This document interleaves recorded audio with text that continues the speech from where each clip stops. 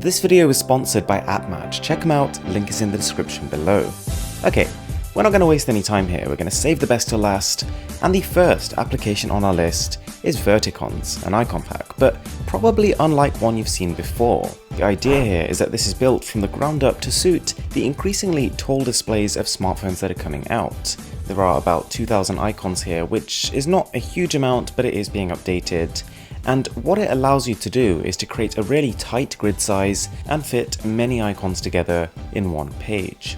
Number 9, I'm actually planning a trip to Japan, and the application that has primarily assisted this is Trips by Lonely Planet. And you can either just flick through the feed or search for a specific location you're interested in. And what you'll find is really down to the ground, really relatable experiences that other users have had, complete with photos they've taken, videos they've taken, and any notes they've written on various different places.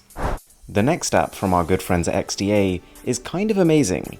It allows you to completely disable the nav bar at the bottom and replace it with this pill. And you can configure the pill in any way you want. You can make a swipe up, go home. You could make a swipe up and hold, open up multitasking. It's a pretty neat way to free up even more of your display to enjoy content on. There is a downside though, and the reason it's not higher up on my list is whilst it's great that it doesn't require root, it does require a little bit of fiddling with a PC. But there is a fairly easy to follow video which tells you how. Now the next one is actually really cool, but it's not higher up on the list because you'll either love it or you're gonna really hate it. This is notification animations, and essentially any notification you get, it'll create a little pop-up bubble in the bottom right, and that can be animated in whichever way you choose.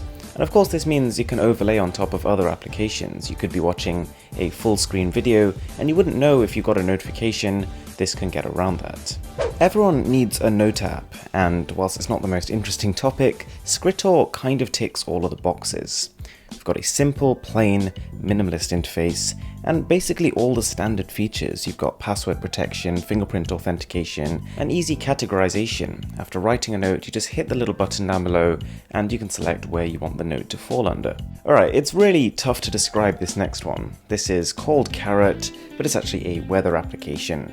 But it's a weather application where the focus is not actually on the weather, which it does tell correctly by the way, but actually on the snarky AI that you get with it. It's got some genuinely baffling features, like being able to tell you what the weather was in the last 70 years for any location you pick on a map. Carrot is continuously surprising, and the whole time while using it, you'll have something like this going on in the background. My radar system is coming soon, human. So I'll make the first one easy for your cottage cheese brain. This next application is fascinating. It uses your smartphone's barometric sensor, aka its ability to detect atmospheric pressure, to be able to take an action when you squeeze the phone's sides, very similar to what we've seen on the Pixel 2 phones. By default, there are only a few different toggles you can configure, like being able to turn on and off Wi-Fi or Bluetooth, or probably my favourite, the flashlight. But yeah, whilst the concept is cool as hell, the accuracy of it is a little bit mixed, but maybe that'll improve over time. Here is one of those kind of lame sounding apps that I ended up using more than I was expecting to. It's called Historic Calendar, and every single day you'll wake up and it'll tell you a flashback of all the things that happened on this day many years ago. You could fast forward or rewind to other days of the year, but the point really is that you start each day with a little bit of relevant knowledge that probably no one around you knows. In some ways, a GIF is the most versatile type of image. You've got the small file size of a static frame, but at the same time, the benefit of a moving picture, without any need for a plugin for them to be viewable. And here we've got a very simple application that allows you to natively record these GIFs. So you would just hold up your camera as if you were about to record a video, but instead you're recording this short, looping segment.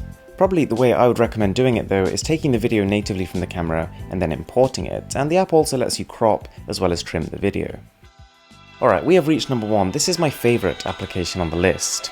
It's called Lo-Fi, and at its core it is basically a collection of lo-fi music, which is just super laid back, super relaxed tunes with this kind of gentle beat in the background.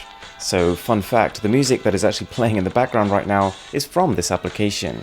And these are the kind of tunes that'll get stuck in your head for days. The app does a good job of categorizing the music into this clean interface, and you can also set a timer if you wanted to listen to it before going to bed. Alright, so as we said, this video was sponsored by AppMatch, which is a site that asks you questions and then recommends great apps based on your answers. It works best on mobile, and there are a lot of different quizzes here covering all different genres of application, from games to tech to cryptocurrency, which is one of their newer ones. And so you can go through these quizzes, which take about 2 minutes on average, and during this process the website is matching your preferences with their database of applications. And for all of you app developers out there, be sure to check out AppMatch's new ad platform, which allows you to easily connect with new users.